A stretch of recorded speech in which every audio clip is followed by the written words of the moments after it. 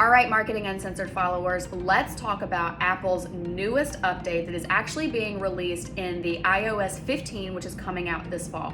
And it's about mail privacy protection, also known as MPP, if you ever see that acronym.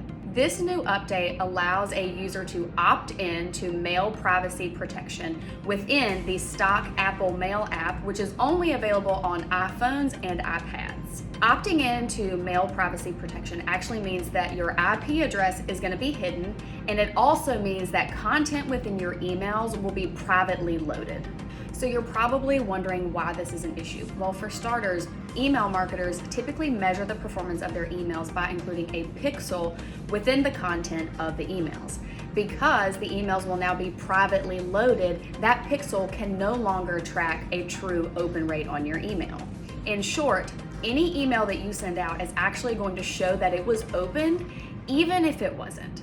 So if you're someone that measures the performance of your emails based on your open rate, you now can no longer do that, or you can't measure it accurately. So who does this update not affect? Well, for starters, people that don't actually do the new update. So this is only effective on the iOS 15. Also, if you don't have an iPhone or an iPad, you're an Android user, for example, this will not affect you. Also, if you use other email applications like Outlook, Gmail, some of those other ones, then this also will not affect you. However, it's a little bit more technical than that, and the reason is because some people actually can choose to reroute their preferred email app like Outlook or Gmail through the Apple Stock Mail app, which means that this still will affect your email performance. So we can't really go off of the fact that we hope everyone is using some form of Outlook or Gmail that is not related to the Apple Mail app. So what we need to do now is focus on email performance based on KPIs outside of just the open rate. Again, remember, this update is only affecting the open rate data on your email performance at the moment. So let's focus on other key performance indicators that we can use to measure if our emails are actually performing for our target audience. So other KPIs to consider would be a click rate. For example, if you've got something within the body of your email that people can click, maybe it redirects them to your website. Maybe there is a video within the email. You can look at the watch rate on that video. So there's several other things that you can actually use to determine the performance of your email outside of just the open rate, which we would argue you probably should have not been solely reliant on to begin with. So other tips for things that you can do to prepare for this update. The first would be having a very transparent opt-in process for people that you have email addresses for. You may even consider doing like a double opt-in process and then doing periodic reconfirmation campaigns, maybe every 9 to 12 months to keep people opting into your emails. You can also estimate the potential impact this is going to have on your current email strategy. So for example, if you're a user of Constant Contact, which is a mass email distribution software, you should be able to see what your current open rate is, and then how many of those people that are opening your emails are opening them on some type of device or whether they're opening them on a desktop. You should also be able to determine if they are opening it on a device, how many of those users are iPhone versus Android users.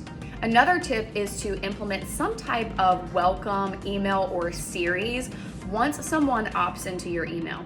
This will help set the stage for content type and frequency so that people know what to expect now that they've opted into your email system. You can also do some testing, A/B testing on the type of content that you're sending out. So don't test the actual subject lines because again, the subject line actually determines if an open rate is effective or not. But we're not looking at the open rate anymore. We're trying to determine what about the email is attractive.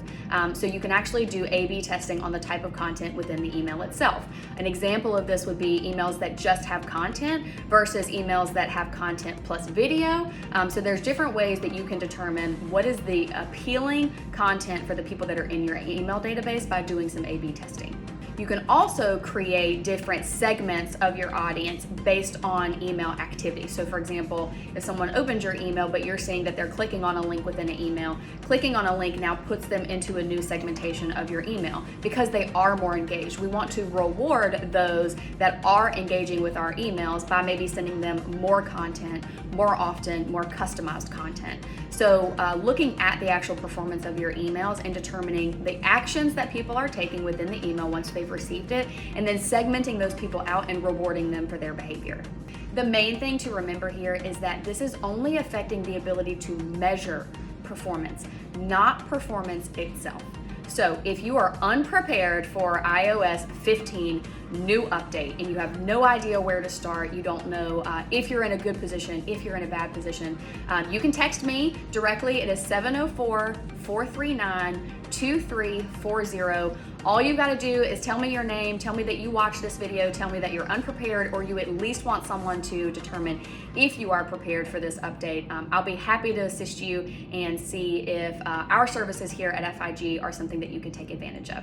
Thanks again for watching. If you don't take anything from this video, please know the iOS 15 update is coming and you don't want to be left behind.